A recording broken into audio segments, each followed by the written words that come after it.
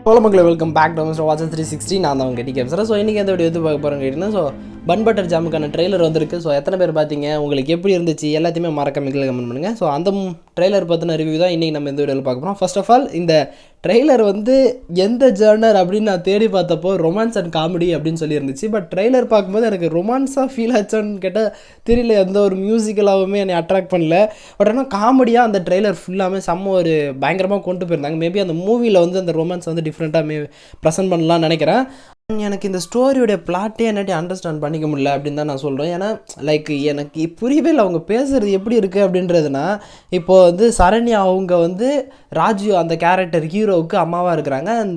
தேவதர்ஷினி அவங்க வந்து ஹீரோயினுக்கு அம்மாவாக இருக்கிறாங்க. ஸோ இவங்க ரெண்டு பேரும் சேர்ந்து தான் அவங்க ரெண்டு பேர்த்தையும் லவ் மேரேஜ் மாதிரி பண்ண வச்சு அதுக்கப்புறமா அதை அரேஞ்ச் மேரேஜாக மாற்றிக்கலாம் அப்படின்ற மாதிரியான ஒரு அந்த ஒரு எமோஷனில் அவங்க ட்ரை பண்ணுறாங்க. ஸோ அதை தான் 2 month 1 mission அப்படின்ற மாதிரியுமே மென்ஷன் பண்ண ட்ரை பண்ணுறாங்க அப்படின்னு நான் ஃபீல் பண்ணுறேன். அண்ட் இந்த ராஜி கேரக்டருக்கு வந்து பெருசாக அந்த பொண்ணுங்க அந்த ஒரு கேரக்டர் மேலே பெருசாக ஈடுபாடு இல்லாமல் இருந்து அதுக்கப்புறமா ஒரு பொண்ணு மேலே அந்த லவ் வர மாதிரி அதை வந்து க்ரியேட் பண்ண ட்ரை பண்ணுறாங்க அப்படின்ற மாதிரி நான் நினைக்கிறேன்.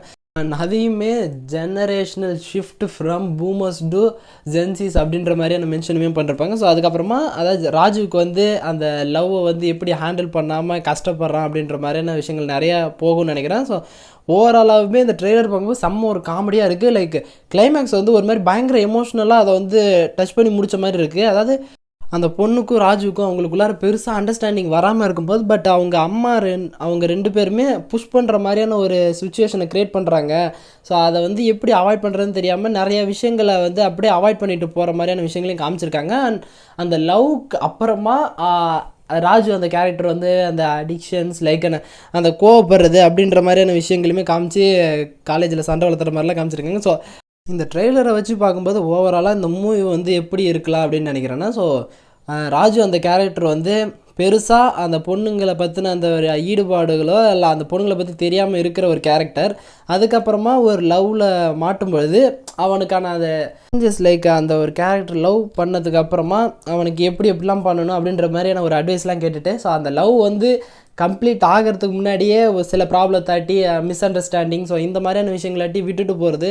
ஸோ இந்த மாதிரியான விஷயங்கள்லாம் கடந்ததுக்கப்புறமா ஒரு சில பிரேக்கப்புக்கு அப்புறமா அவனுடைய கேரக்டர் எப்படி போகுது, அங்கே ஆங்ஷியஸ் எப்படி வெளிப்படுத்துகிறான் அப்படின்ற மாதிரி இதெல்லாம் காமிச்சிட்டு திருப்பி அந்த லவ் வந்து ரீஜெனரேட் ஆகிற மாதிரி கிளைமேக்ஸ் முடிப்பாங்க அப்படின்னு தான் நினைக்கிறேன். ஸோ கிளைமேக்ஸில் வந்து ஸோ பன் பட்டர் ஜாம் நல்லாயிருக்கும் அப்படின்னு சொல்லி அந்த பொண்ணு கூட தான் பேசுகிற மாதிரியான ஒரு கான்வர்சேஷனுமே பில்ட் பண்ணியிருக்காங்க. ஸோ மேபி அவ்வளோதான் அந்த ஒரு மூவியோட ரொட்டீனாக இருக்கும்னு நினைக்கிறேன். ஸோ ட்ரெய்லர் பார்க்குறதுக்கு செம்ம ஃபன் குவாலிட்டியாக இருந்துச்சு. அண்ட் குவாலிட்டி உண்மையுமே தாறுமாறாக இருந்துச்சு.